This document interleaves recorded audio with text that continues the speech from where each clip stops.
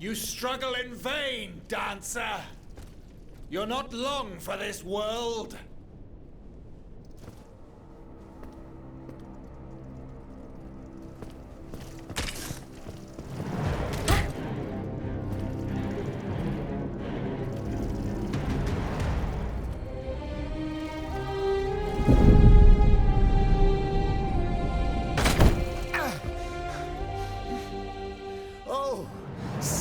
How the Aegis turns against its master.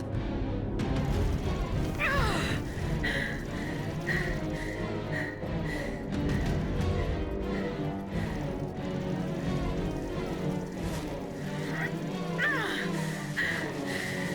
are not my master, tyrant! You never were! I am quite happy to concede this point, but what about the Count? Have you forgotten that he gave you life and whispered the order that animates you? Look how he runs, the coward! Do you understand what he has in mind? La pauvre enfant, sleeping so sweetly, she won't be dreaming for long now! Garçon! Athenais!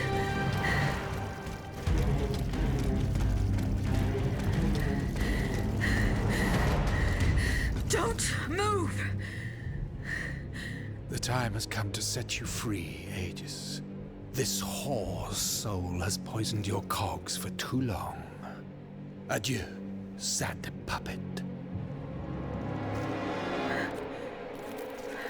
No!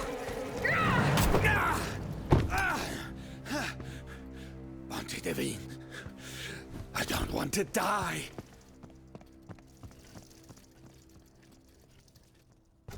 Athenais.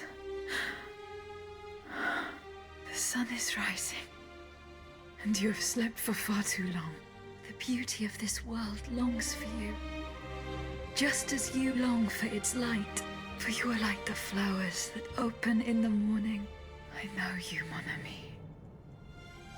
We loved each other. Vous en souvient-il? You gave me your heart.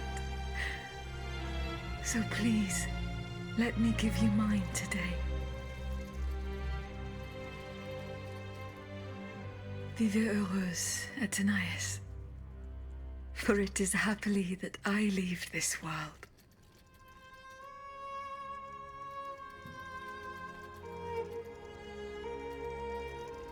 This way, monsieur.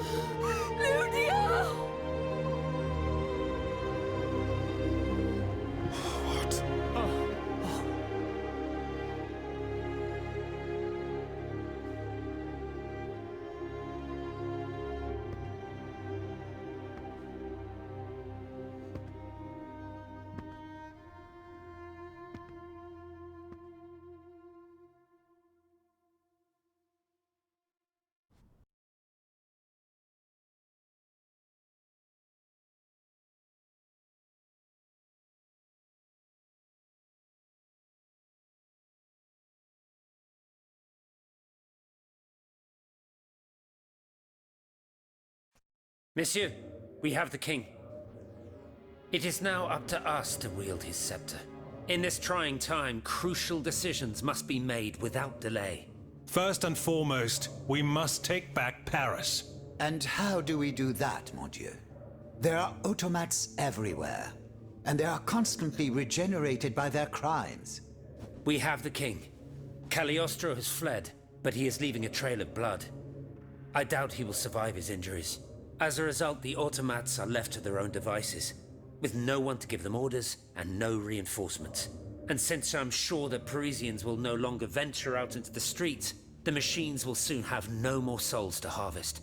Sooner or later they will no longer be able to move and, par la grâce de Dieu, will become inanimate objects again.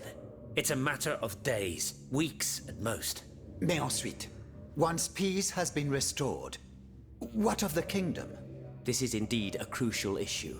Leaving the nation without a government would expose it to the greatest danger. Worse, it would condemn it to civil war. Eh bien quoi, monsieur? Can you not govern together? Unfortunately, the disagreements that divide our assembly run far too deep. That which we can agree is that we have been given a chance to choose the person who shall succeed the tyrant. I believe I am the person who is best suited to exercise power. Of course, I will only hold office for as long as it takes to set up a new assembly and a government of the people. For the French will no longer tolerate a king. We can be sure of that. Are you joking? What have you done that would convince us to let you take down the monarchy? Answer, Monsieur de Robespierre. You have our full attention. Monsieur, I rest my case. Very well. We must now make our decision. I pray that each of us shall respect this decision and set aside our personal interests for the sake of peace and the common good. Who among you approves the appointment of Monsieur Maximilien de Robespierre?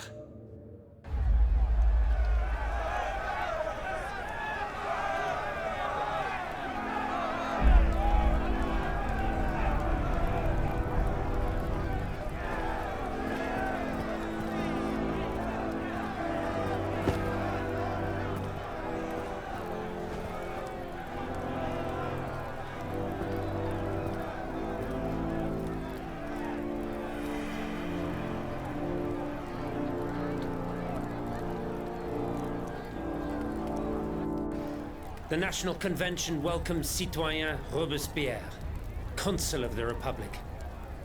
Citoyen Louis de Bourbon, former King of France, in the name of the French people, in light of the innumerable crimes of which you have been found guilty, the members of the National Convention, meeting as an extraordinary court, have voted to sentence you to death.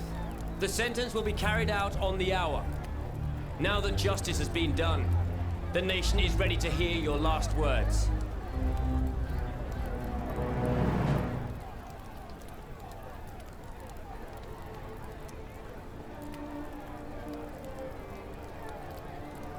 My loyal subjects, since you must lead a lamb to the altar, since you must offer a sacrifice to this new France that you intend to found, I will be that sacrifice.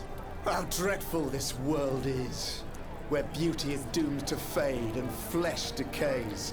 I found no consolation in this world. I vainly thought I was giving our souls the gift of immortality beyond our mortal bodies. The Grim Reaper was my sworn enemy. Influenced by the most awful of men, I believed that the genius of machinery could overcome death itself. Alas, I have lost this fight, and am branded with the mark of murderer. Life, even more than the crown, was heavy for me to bear. I have suffered too long under the thumb of nature, which I despised. As a child, I saw my older brother die. I lost my father in the prime of his life, and then my mother, who was even younger. My beloved daughter did not live a year. As for my son, the first of my heirs, I unknowingly gave him to drink from a poisoned cup. I mourn the death of these poor souls daily. My death will not unite us, of this I am certain. For I, in my misery, have lost the support of my faith. So, executioner, lay me down on this board, Vertu. I will sleep now. Sleep at last, and not to dream.